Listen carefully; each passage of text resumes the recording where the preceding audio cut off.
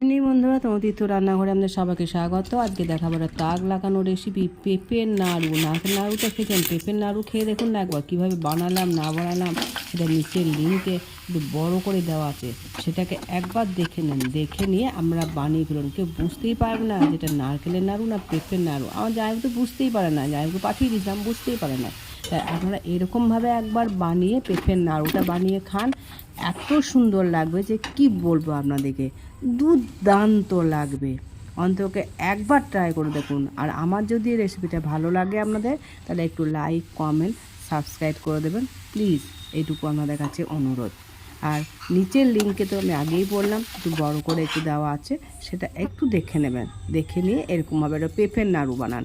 অনেক সুন্দর পেঁপে হালুয়া খেয়েছেন, আমি তো অনেকবার পেঁপে হালুয়া বানিয়েছি, এবার আমি পেঁপের নাড়ু বানালাম। সত্যি অসাধারণ খেতে হয়েছে। না বানিয়ে খেলে বুঝতেই পারবেন না, একবার